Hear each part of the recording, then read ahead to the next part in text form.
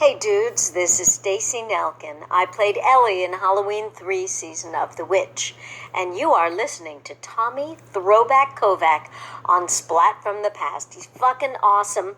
The keyword is fucking. Alright guys. Hey dudes, welcome to Splat from the Past, the only 80s themed horror and sci-fi show where things could get totally radical. Now today, we will be celebrating the 40th anniversary of my Bloody Valentine with my third guest from the movie. He played Tommy. I'm so flattered. He played Tommy, and I'm talking about Jim Murchison. Jim only made that one movie, and then he guest starred on an episode of the reboot of Alfred Hitchcock Presents, and then he was working for the Canadian government, last IMDb said, and they're going to find out more about all that stuff. He's doing a Zoom thing with the cast of My Bloody Valentine this weekend for the 40th, and going to have him talk about that. We can promote it, and it is going to be super awesome. In this world and Valentine's Day around the corner, we all need love. This has been the weirdest time in our history, and we must come together and love one another. So, here is my interview with Jim Murchison.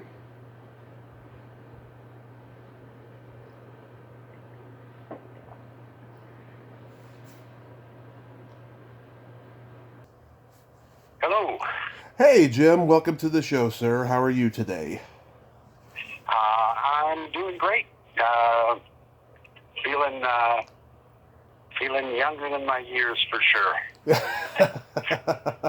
That's good. That's good. This is such a great honor. Thank you for taking the time today. Oh no. It's a thrill that so many people remember this film that I had the pleasure of being part of so fondly. I mean, it was not this popular 40 years ago when it came out. Oh no. So it was quite lambasted or lambasted, depending on, I guess, what particular pronunciation you prefer. But it would just say we were Dog of the Week on sneak previews. We were torn apart in the New York Times, as I recall, saying that we'd reached a new low. Yeah. In filmmaking. So, really, it was an absolute shock to know how many people really were touched by this film. So, yeah, it's an honor for us. So I don't mean to speak for all the cast, but it was. Yeah. We've been thrilled with the reaction. So going back in time, though, before that, though, did you always gravitate toward acting, even in your childhood? Yeah, pretty much. I was known to, whereas other people would do trick or treat. Yeah. If I was invited to do a trick, I was absolutely delighted. I think the earliest I remember me actually performing on a stage was probably in grade 1, where I adapted my own version of A Christmas Carol and performed Scrooge on stage at the age of whatever it was, 10 or 11.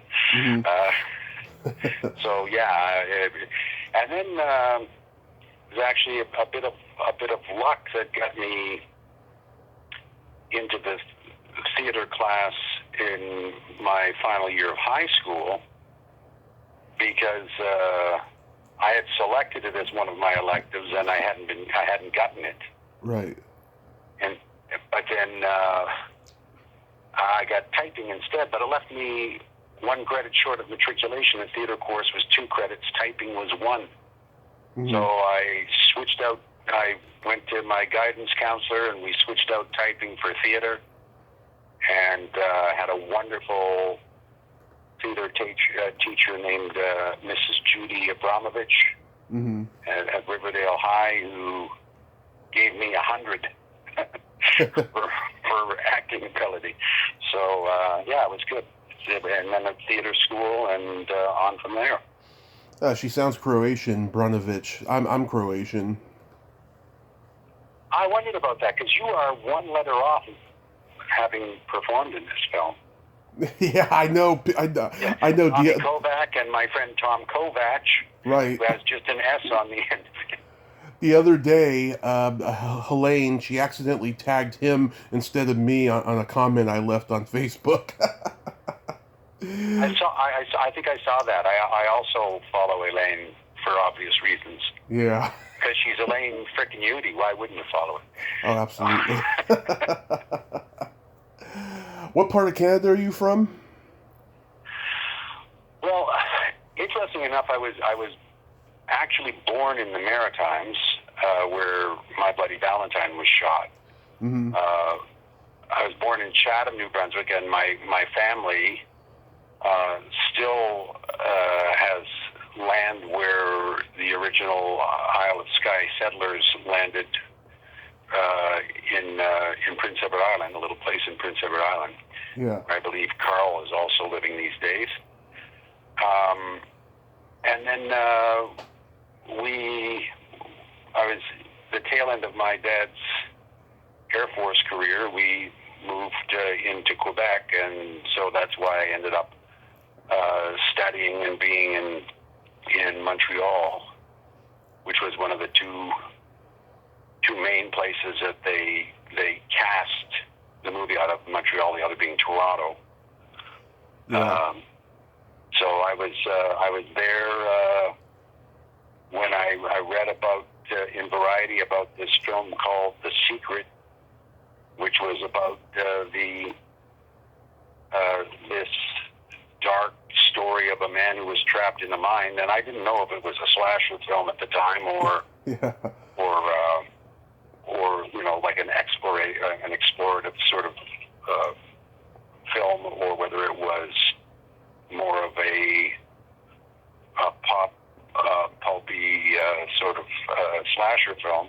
Mm-hmm. But I was interested, and got the audition. It's about the only thing I don't have any recollection of is what the audition was like. For some reason, though everything else is, all of the other recollections seem clearer than yesterday. And I say that quite honestly, because as you get older, yesterday isn't that clear, but 30 or 40 years ago it's very clear. Yeah. Did you? Yeah, and that's how I ended up growing up in the Montreal suburbs, and then moving downtown after I finished high school and theater school. Yeah. Did any of your acting classmates go on to have working actor careers? Yeah, a few of them.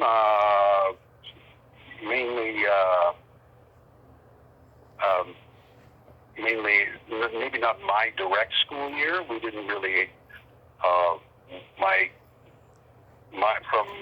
I kind of like was in two separate years, because I left for a year, Mm-hmm. and then came back. That was I left because of some sort of personal difference with a professor, and then was invited back. Mm-hmm. So the very first year of the theater school, I was in that class, but I graduated with the second year class, because the school had just started when I initially auditioned for it. I think that one of my acting cohorts went on to a bit of career on Canadian television. A woman I've seen a couple of times, Anna Starnino. Mm-hmm. Other friends of mine did a few things, but none of them were in something that lasted 40 years. So. Yeah. So of course, stage too is a lot of. You go to a theater school. There weren't really any film schools, so we were primarily studying theater. Right. But one of the directors thought that I had a good opportunity to be in film and commercials. And so she actually got me an audition my first audition for a film, which was a film called Blackout in New York. Mm-hmm. That was my very first audition. I got the role, but so that was a good start. Yeah. So you said that My Bloody Valentine was just a standard audition for you. Were you a horror fan already?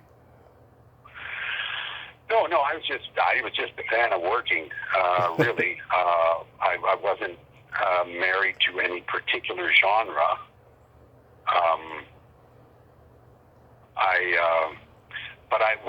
When I started reading the background to it, I was excited by a few things that I thought would make it possibly a cut above. Mm-hmm. One that was that Berman Studios was going to be doing the special effects, and I had just seen Invasion of the Body Snatchers, Mm-hmm. a film with Leonard Nimoy and Donald Sutherland. Yeah. and others, and I was really impressed with the effects. This was pre-digital, of course, so I was excited that they'd gotten somebody that good to do the effects. And the other thing was that Paul Zaza was doing the music, and Yeah. Paul Zaza, to my mind, at that point was like he was doing Ghost Ship, Happy Birthday to Me. He was scoring Mm-hmm. almost every horror film that was going on. So I thought, and it was like most of the, I don't know what the CFDC was. CFD. It was the Canadian Film Development Corporation. So they were pouring money into establishing an industry. Right. And so you would, back in 1980 when we shot it, you were regularly seeing budgets of between $1 million, and usually the top was about $3 million, which was our budget. And I think they went over a bit to 3.5, something like that. Mm-hmm. Which is would be pitiful by today's standards, but you couldn't get a quart of milk for 25 cents either today. So yeah, that's true. all of those things were good, and I auditioned. I had done a large role the year before. And instead of banking that money and getting a job as an usher or a cab driver or something, or a waiter, I decided I'd sit back and wait for the next offer. And then the money ran out, and I thought I hadn't been cast in the role. So I went off to, I called the farmer that I'd worked for when I was going through high school to get me a job as a tobacco picker. Mm-hmm. Yeah, this was like right at the height of... This was right at the height of this... I'm sorry, I just get a question here. Oh, I'm sorry. That's okay. Sorry about that. I don't know if you can edit or anything, but this was just a question about whether there was anything intruding on my ear space here, and everything's fine. You don't hear any background noise, do you? No, everything's good. And believe me, I've talked to people. They've been outside with cars going by or like birds chirping in the background. I've heard that kind of stuff, but no, everything's good in the background of this conversation. Yeah.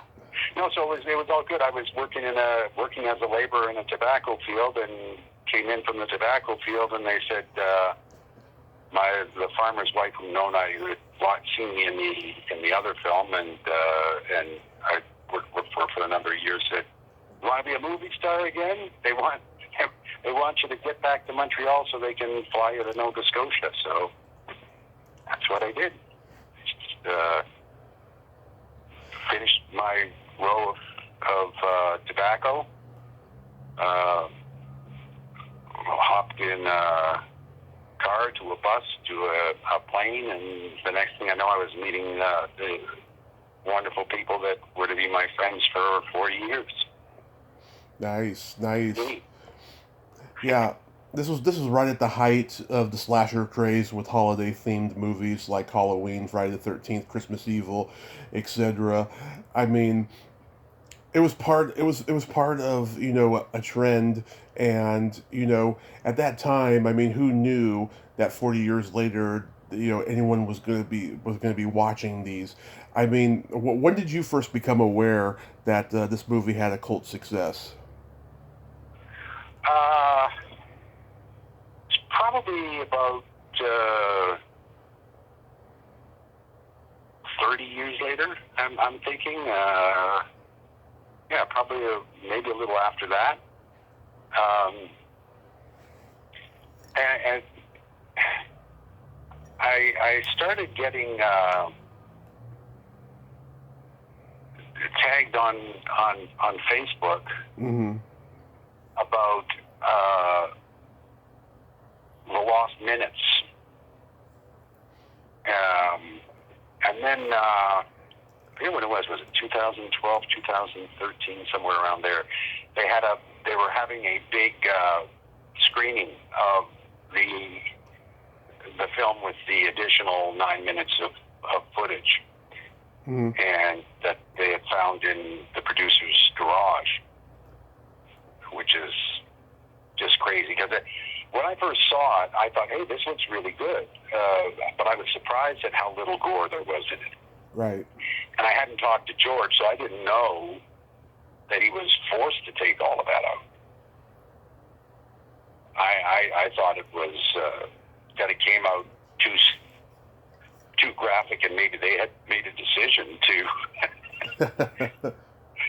do it less graphic. And it turns out that Paramount was insisting that they employed an X rating, which I found out many years later that how badly the censors came down on it. Oh, they heavily cut out the Friday the 13th movies too, so don't feel bad. So I thought, well, really look. Then the reviews came out, and I found out that it made money. Shortly after that time, Neil had moved from Montreal to Toronto, where I was, and we became roommates. He wanted a place to stay so we were roommates for a couple of years. Mm-hmm. Neil Affleck, the Axel character.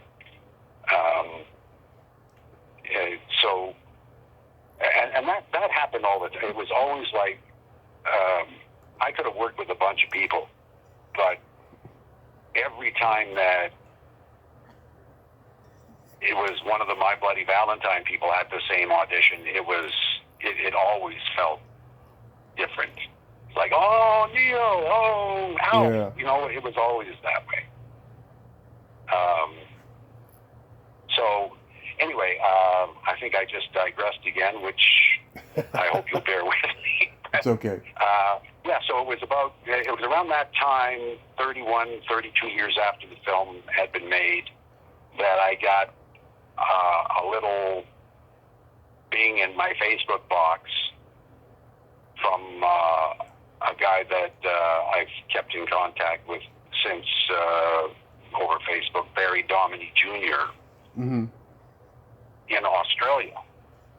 He was in Australia, and he said, "Are you attending the My Bloody Valentine reunion?" I hadn't heard about it. That they were going to have the cast there for the introduction of the brand new Bloody Valentine with the restored scenes in it.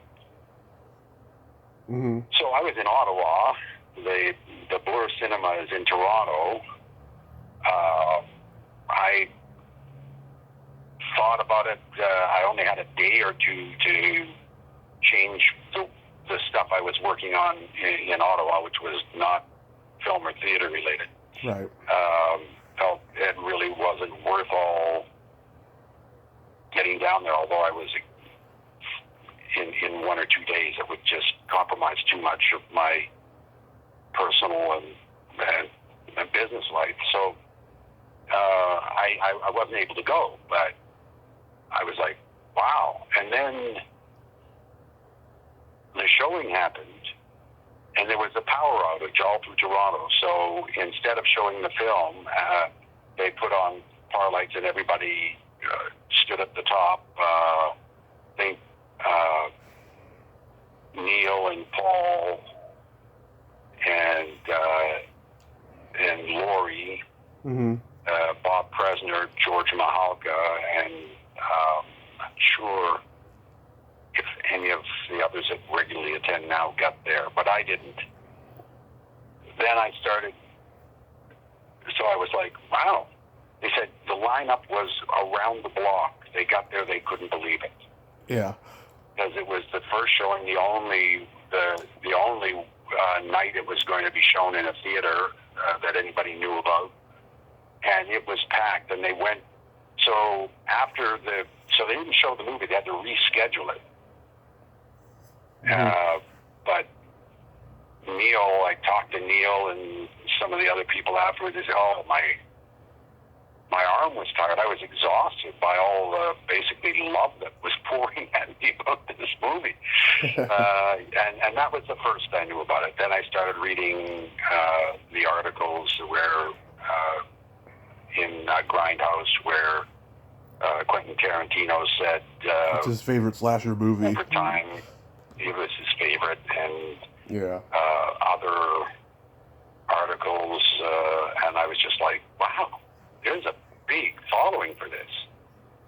Then I got contacted to do an interview for Hysteria Lives at UK, and they said that we were number 3.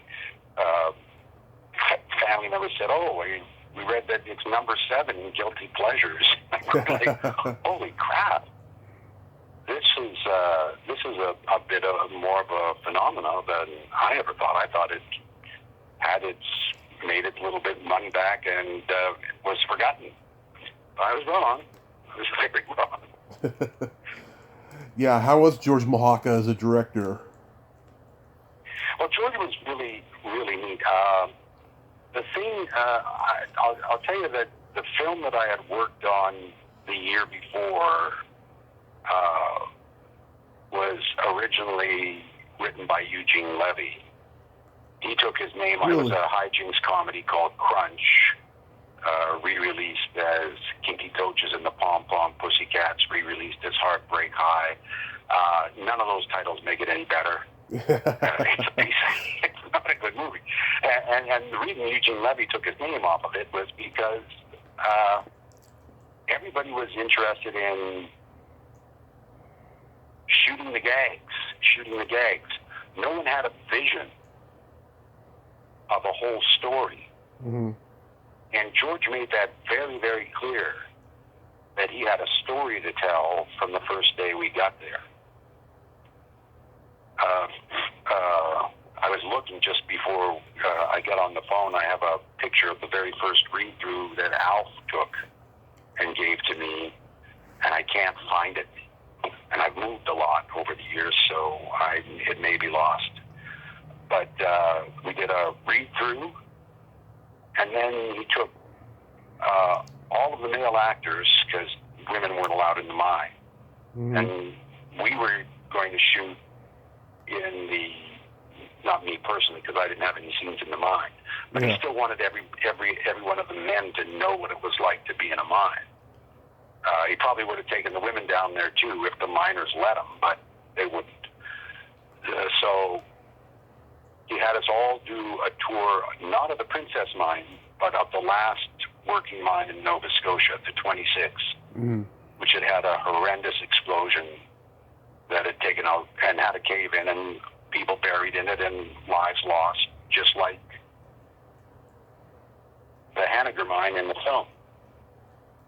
So we went, there was supposed to be, Paul and Neil were supposed to go right to the face, and the rest of us were supposed to do a limited tour only down to the first, I think, break room, about only half of a mile under the sea, you know? Yeah. Anyway,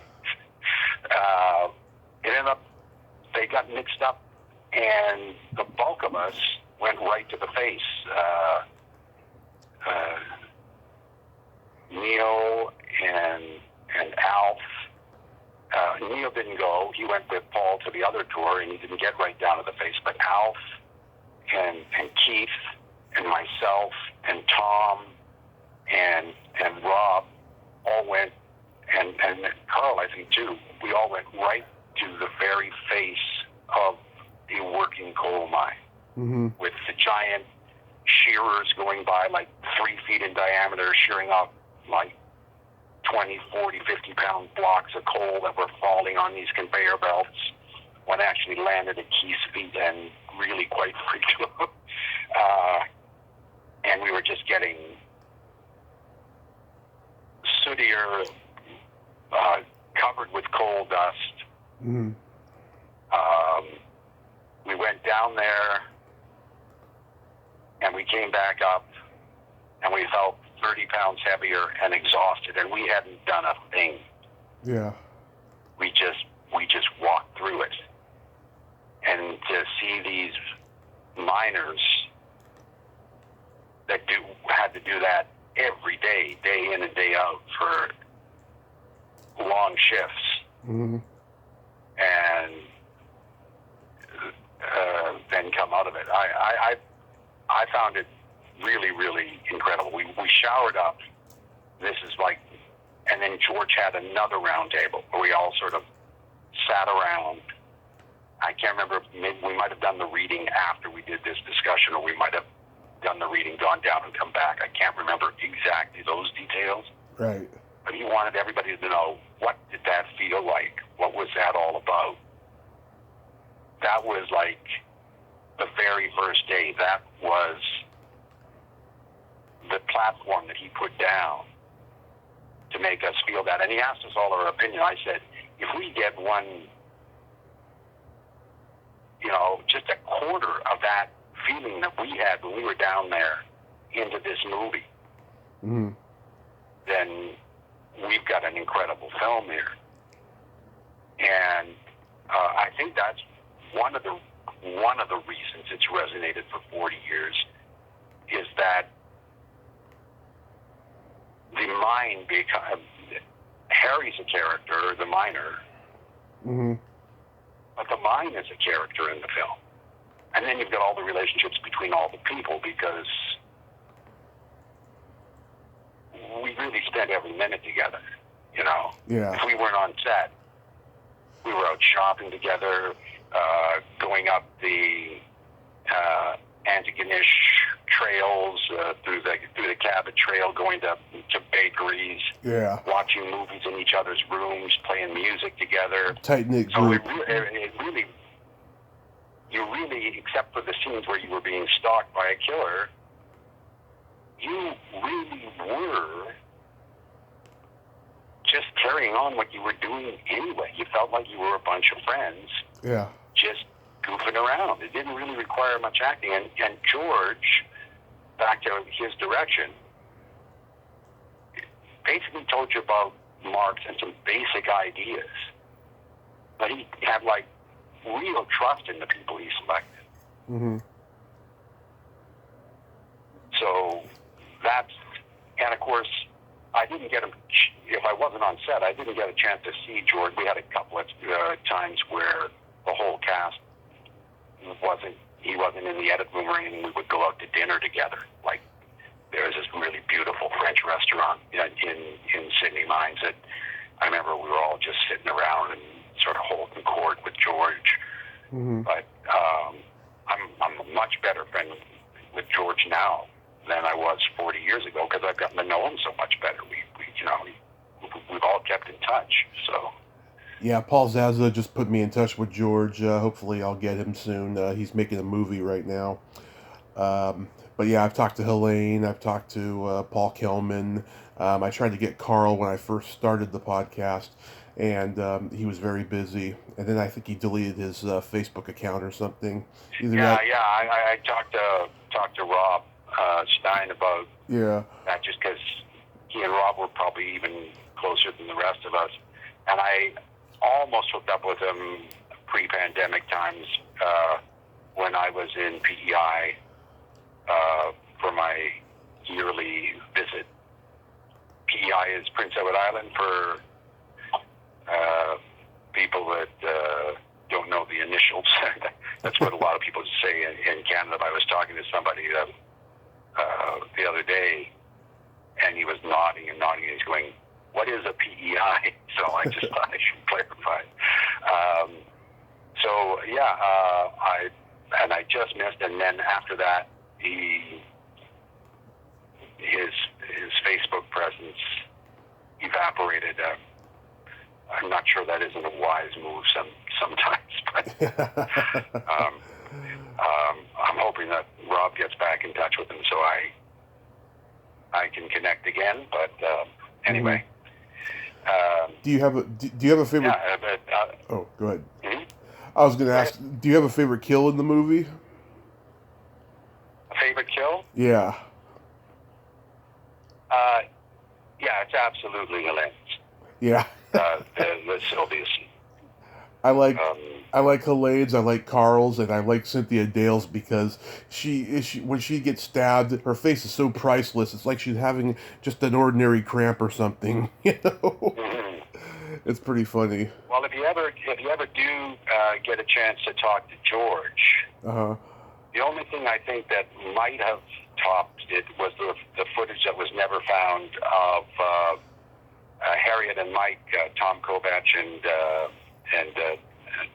Terry Waterland's death scene, where they get augured together for posterity.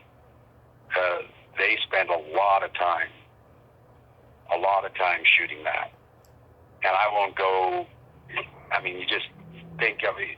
Some people have seen the single still, which I think is the only thing that remains to give a hint of what that scene was like. Yeah. With the miner standing over them with a handheld auger, twisting it into their bodies until they're skewered together. Wow. You can imagine what some of that imagery might be like. Did you see the remake? What's that? Did you see the remake? Did I see the remake? Yeah. Yes, I did. I mean, remakes always change things up a bit, and I thought the effects, the digital effects were amazing. Not sure if I like their new take on the twist of the ending. Of course. But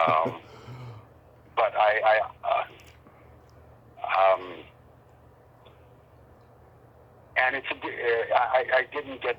I didn't feel the same charm or love of the characters, and I am incredibly biased, I will admit that, but when we go do conventions, the people that prefer our film to the remake, and a lot of people like both, and it's generally, they say because our characters felt so likable, that they really didn't want to see any of us die. But no, the remake had it had good performances. I didn't get the same sort of blue collar feel to it. For me. Yeah. But I was there, and I just come off of working one blue collar job to play a guy that works in a blue collar town, so I definitely have some biases in there, but I did get to meet Chris Carnell. Oh, okay. Chris Carnell, who just, I think, passed last year in an accident. He had played the miner in the remake, and I thought he was just, just a terrific guy. He was at the very first con we did. It was all of us at the panel, and him at the the end. So he was right beside Peter Cowper. Also Liam Black, with those people that know he has the two names, who played the miner and Harry in that very short scene of Harry. Yeah. And I just liked him a tremendous lot. He was so engaged and interested in hearing our stories and telling us how consciously he avoided watching our film before he played the miner, because he didn't want his character to be affected Right. by anything that was in our film, right? So, Yeah. it was, certainly, I don't know, I guess it made a little better money on the onset than ours, because they weren't quite as constricted about what they were allowed to show. We're not quite in the same place we were in 81 as far as trying to put our foot down on the big bad slasher film, you know. Yeah. So I was curious. So after, long after that movie, you guest starred on the reboot of Alfred Hitchcock Presents. Mm. Yeah. Do you remember anything about that? Yeah. No, it was a great experience. I was actually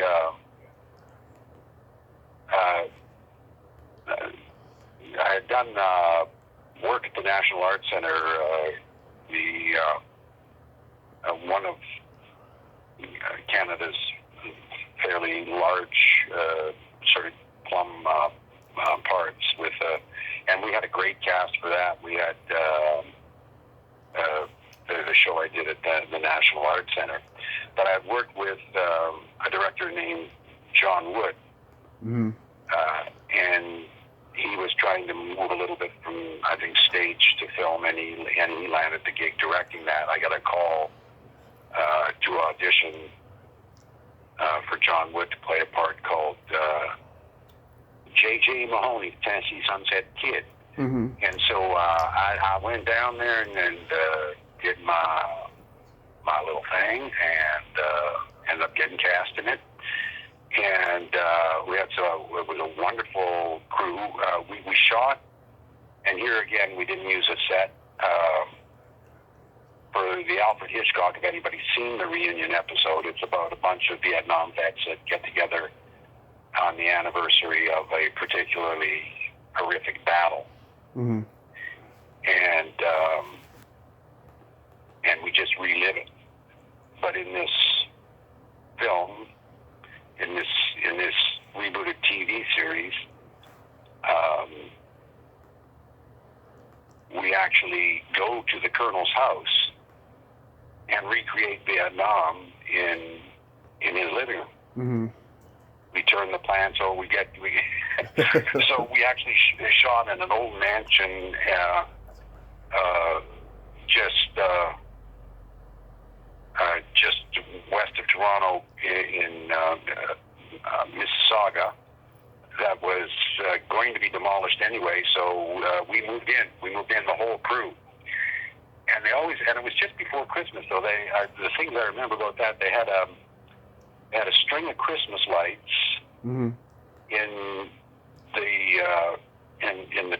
the semi truck, and Alfred Hitchcock in it, Right. in the truck as well.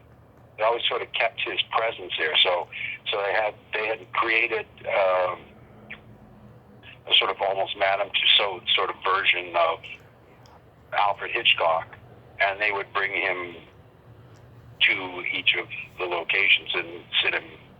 I don't know if they always sat him in the truck for our production. He was in the truck. We're outside of this old mansion, and it's the only scene I ever had on film where I get killed. I gotta take a bayonet to the back of the neck, and you just watch the light go out of my eyes, and I fall down. But we were working working with a bunch of people. One of the actor that was the hero, the lead hero in it, was actually dating Lori Hallier at the time. So when we were off, I was asking Claire, how's Lori doing, all that sort of stuff. So there's always if there's a My Bloody Valentine connection there, that's I'm always interested in it. So it was always at night that I was shooting, always,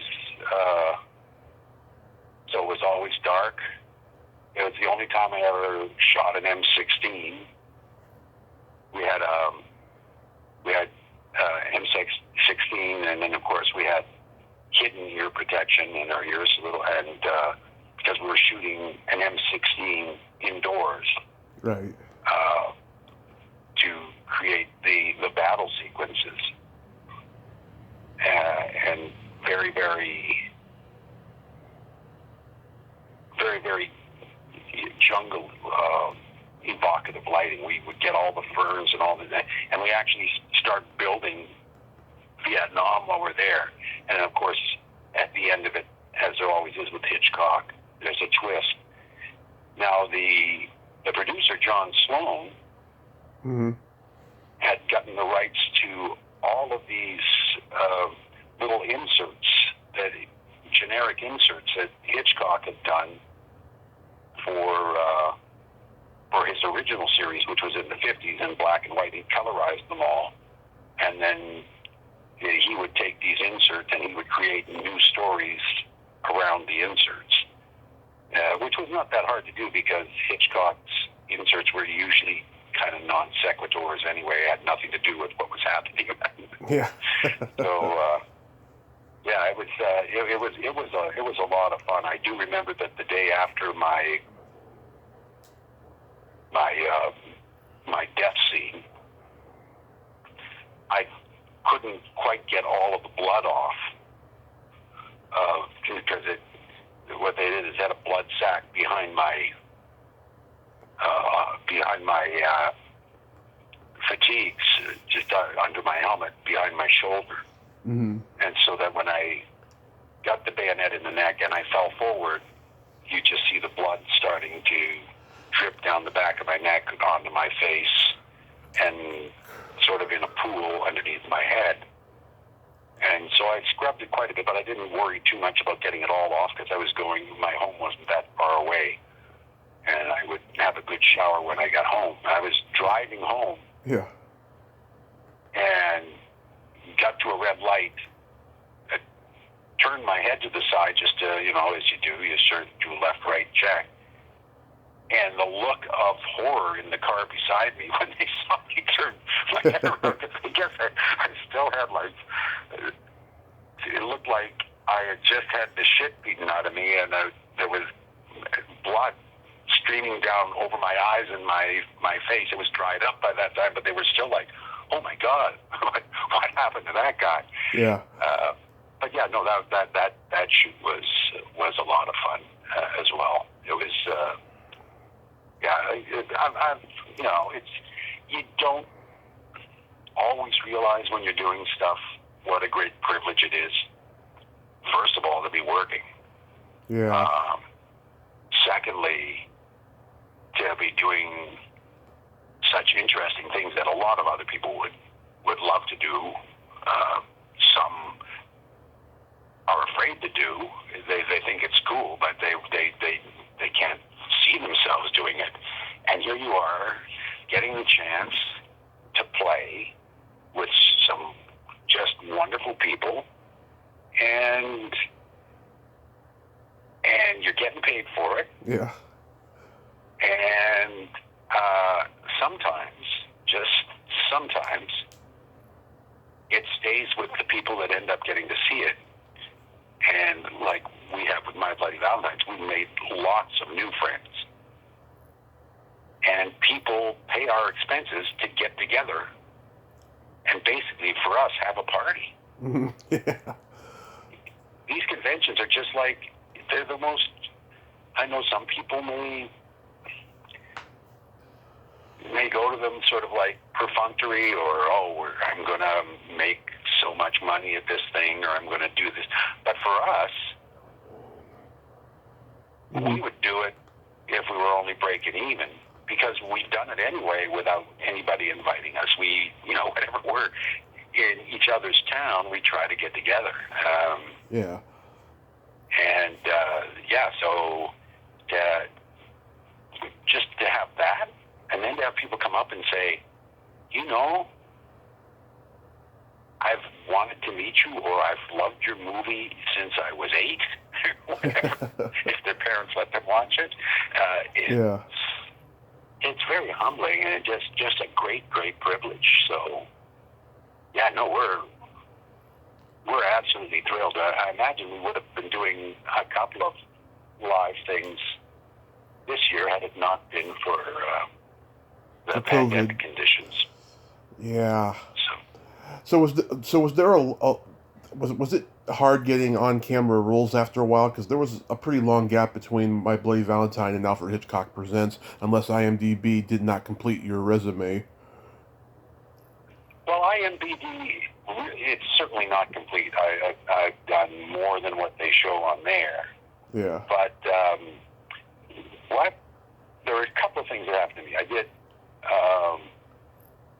I did more stage. Mm-hmm. And I did about 100 commercials in Canada. Yeah. And I don't know if that perhaps puts a bias, unless you in a casting director's head. Yeah. I did do something. I did Rich Little's Robin Hood. Neil was in that with me. Nice.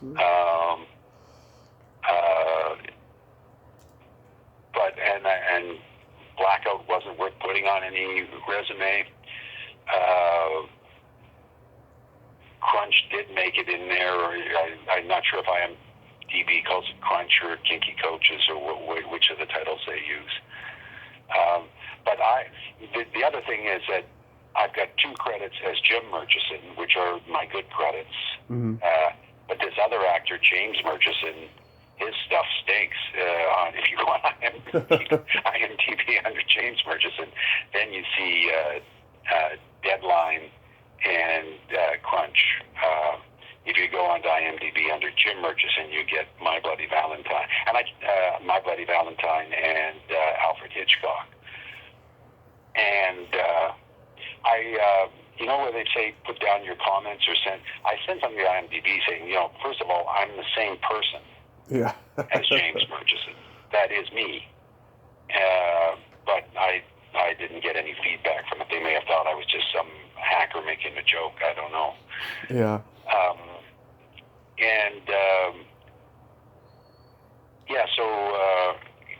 And then, I wasn't really,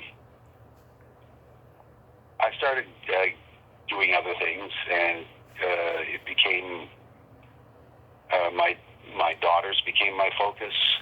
And then my divorce became my focus. And then trying to get my head back together became my focus. I'm in a really good place now with wonderful new partner, and her boy just had a baby, so I've got a grandson on my new wife's side, and just things in focus changed. Until Rob did his own movie, he was I wouldn't say only a voice. He was Turner. He was the Turner Broadcasting voice for 10 years or more. But Yeah. he became a voice person, and they don't get the same notice. But no, I still was doing occasional theater and that, but it wasn't like my be-all, and I love doing theater. And it's immediate response. Every night is different. But no, I'm now retired from my was working for the government. So it is something that takes a great deal of energy to sustain. I mean, even George, who works a lot now, had dry periods, right? So. Yeah. Do you know Lenore Zann? I'm sorry, what? Do you know Lenore Zann? Lenore Zann. She's a Canadian politician. She was an actress, and she did a lot of horror movies in the 80s. I know the name, but it's not anybody that I'm personally acquainted with.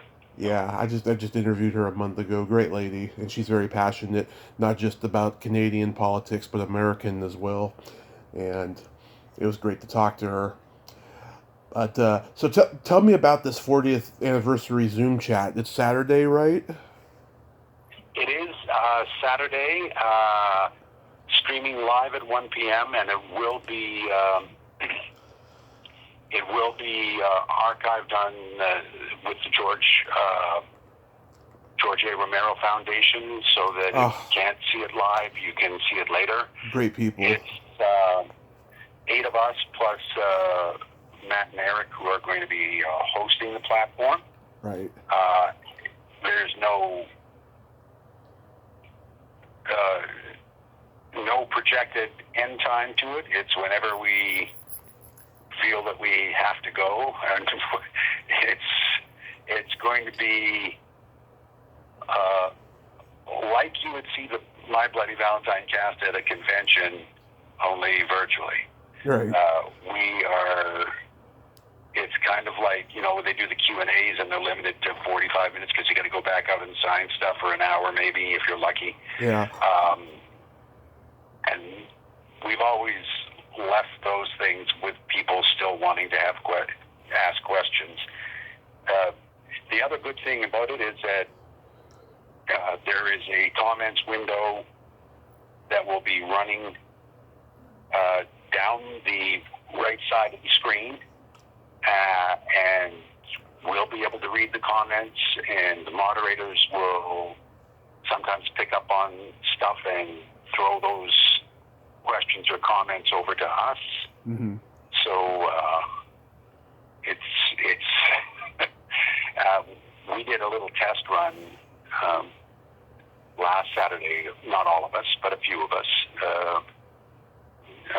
Tom and Neil and Peter and myself and Rob and Bob Presner was there too. He was the line producer on My Bloody Valentine. Nice. He won't be on this broadcast because there's not enough room for more than 8 guests with the 2 moderators on the platform they're using. Yeah.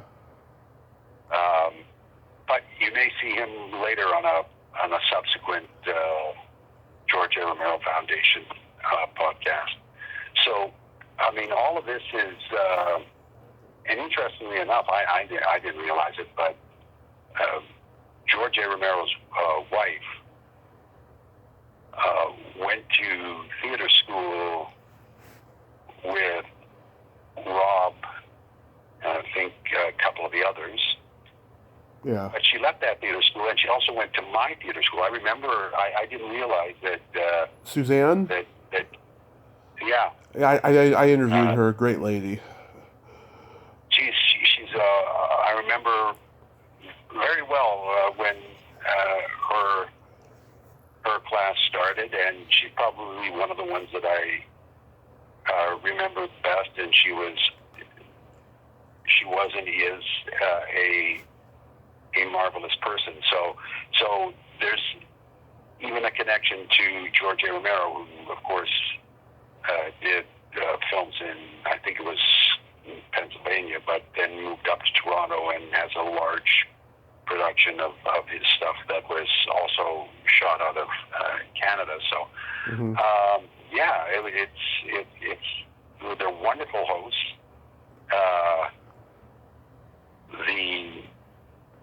The cast is probably some of them might have a libation or two while we're doing this, so they'll all be relaxed and ready to roll, and it'll just be like we're all together live for a party as close as we can get in these times. So I'm just absolutely stoked for it, and so is everybody else. It's going to be a blast, as my character Tommy Whitcomb would say. Yeah. We're really looking forward to it. That's awesome. I hope it's a great time for you. How long in general have you been doing conventions for? Well, I think our first was probably 2006. We did it just before the 3D remake came out, or just after, and that's why Chris was also at that convention, as was Tom Atkins, but he didn't sit on the panel with us. I met Tom, great guy. So I was sorry to hear that he had passed, but so that was the very first time we did it, and then I don't think we did another one for quite some time. The one we did in Tampa Bay, it was the first one for these wonderful people, Brian and Chandra. Chandra did this amazing thing where she recreated the sign. Right. The original Valentine's Bluff sign was dismantled almost immediately, from what I understand. But she created it with such meticulous detail, and the dance hall, and we had the dance that got canceled. And I think George and Rob and I were up till like 3:30 or 4 in the morning. It was the second last day of the convention, and up at, I think they started a little later on the Sunday, thank heavens. But we just didn't want it to stop. It was a party. It was a party. Short answer, I guess 2006 was when we did the first one. If you don't count the screening that a lot of other people attend, which was probably 2004, 2002, maybe. So not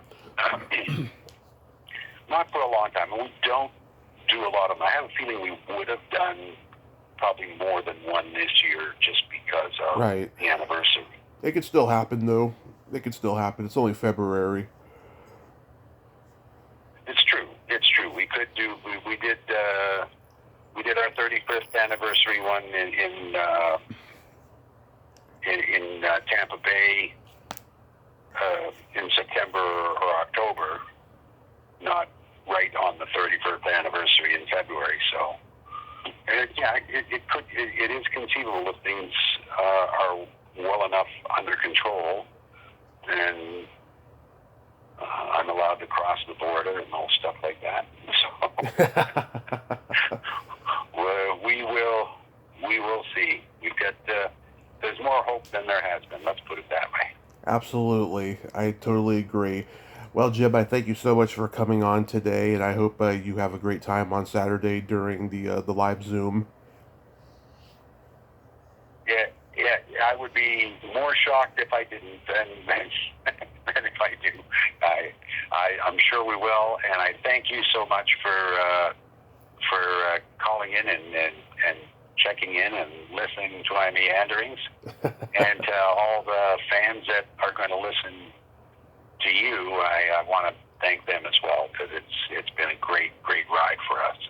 Thank you, sir, and stay safe and have a great rest of your day. Thank you. You too. Okay. Bye-bye. Right. Bye. Well, there you have it. Jim Murchison. Ain't he a cool dude? Nice guy, very deep, insightful guy. Great stories. It was fun to talk to him.